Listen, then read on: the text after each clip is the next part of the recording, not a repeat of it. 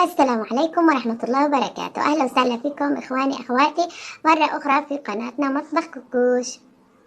اليوم بدي أعملكم وصفة جديدة، بس قبل ما أبدأ يا ريت تعملوا سبسكرايب للقناة وتعملوا لايك وشير، وأهم شي فعلوا زر الجرس عشان يوصلكم كل شي جديد، وعشان تشجعوا قناتنا لأنها جديدة وبدنا إياها تكبر فيكم. يلا بينا.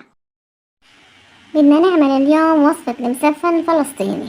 هاي وصفة فلسطينية أصلية. بنجيب 6 كاسات طحين وبنحط عليهم نص كاسة حبة البركة، وبعدين بنضيف ربع كاسة سمسم، وكمان بنحط معلقة كركم اللي بيعطيها اللون الأصفر الحلو. بعدين بنحط معلقة كبيرة ملح و2 ملعقة كبيرة سكر، وبنحط ملعقتين كمان خميرة، ملعقتين كبار.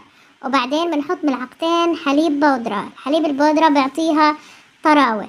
بعدين بنحركهم مع بعض بالملعقة، وبنضيف كاسة زيت زيتون، ضروري الزيت الزيتون، وبنعجنهم بمي دافية. وهذا شكل العجينة. بنتركها لمدة نص ساعة.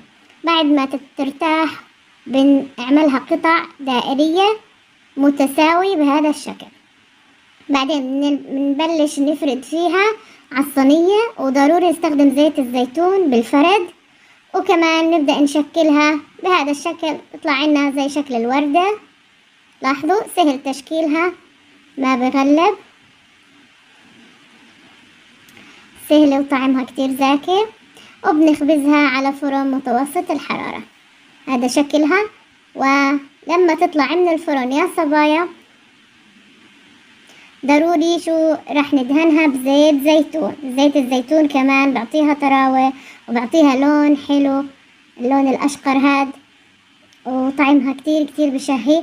بتمنى تجربوها، ولا تنسوا يا صبايا تعملوا اشتراك في القناة، فعلوا زر الجرس، لا تنسوا لايك وشير، ويعطيكم ألف عافية.